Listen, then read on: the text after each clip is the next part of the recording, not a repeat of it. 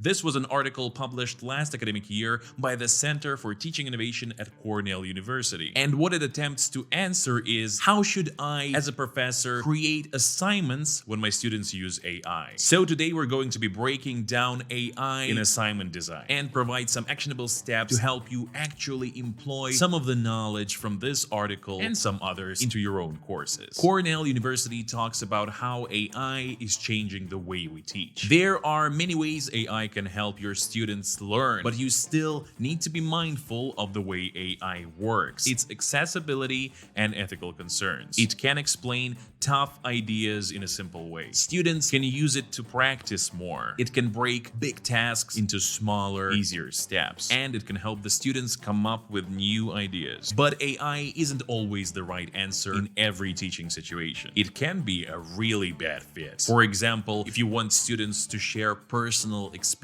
or form unique opinions. AI is also often not a useful tool in subjects where how you solve a problem is as important as the answer. For example, in a calculus class, if a student uses AI to solve a complex integration problem, they might get the right answer, but they'll miss out on learning techniques of integration. They won't understand how to break down the problem, choose the right method, or work through each step. And this process really helps students develop critical thinking skills. AI is also not very useful when students are learning basic skills like writing or problem solving, as those are inherent abilities of LLMs. And it can muddle the water quite a bit if we're checking how much a student has learned on their own. Now let's get practical. How can we use AI in our classes? Cornell suggests that first and foremost, we need to make sure that our assignments match what we want our students to learn. If you're aiming to improve critical thinking, design tasks that push students to analyze and evaluate, even when they're using AI. Be crystal clear about how students can use AI. Maybe you're okay with them using it for brainstorming, but not for writing the final essay. Whatever your rules are, spell them out clearly. It's like setting ground rules for a game. Everyone needs to know how to play fair. Other schools agree with Cornell and add their own ideas. In its own article, Creating Assessments with AI, the University of Virginia talks about using AI for quick, frequent check-ins on student progress, and the ways professors can automate grading, use ChatGPT to create rubrics, and quickly generate tests. And it suggests that you should be careful when using AI with big, important tests, as hallucinations are still a serious problem that needs extra attention when the stakes are high. It can also make more sense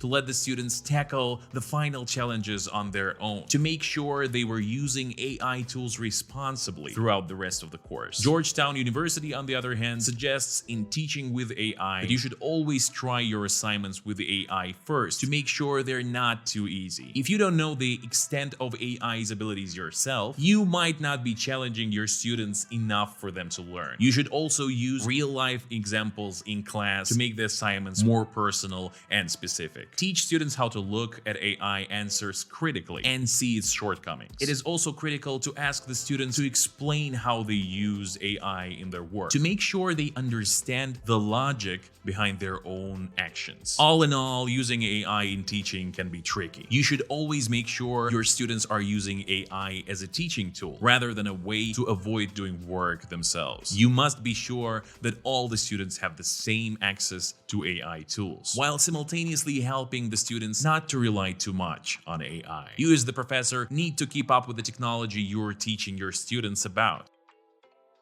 Always talk openly with the students about using AI the right way, so it's not a shameful or taboo subject in your classroom. Share your best ideas with other teachers and learn from them too. Use both AI and traditional assignments in your class. If you're looking for more resources like the ones in the video, go to Boodle AI library in the description below. It's full of great materials submitted by different institutions on the topic of AI. And if you want to check out the articles mentioned in this video, check out the description as well. Drop a like, subscribe, and if you want to learn more about the role of AI in higher education, check out this video right here. See you in the next one.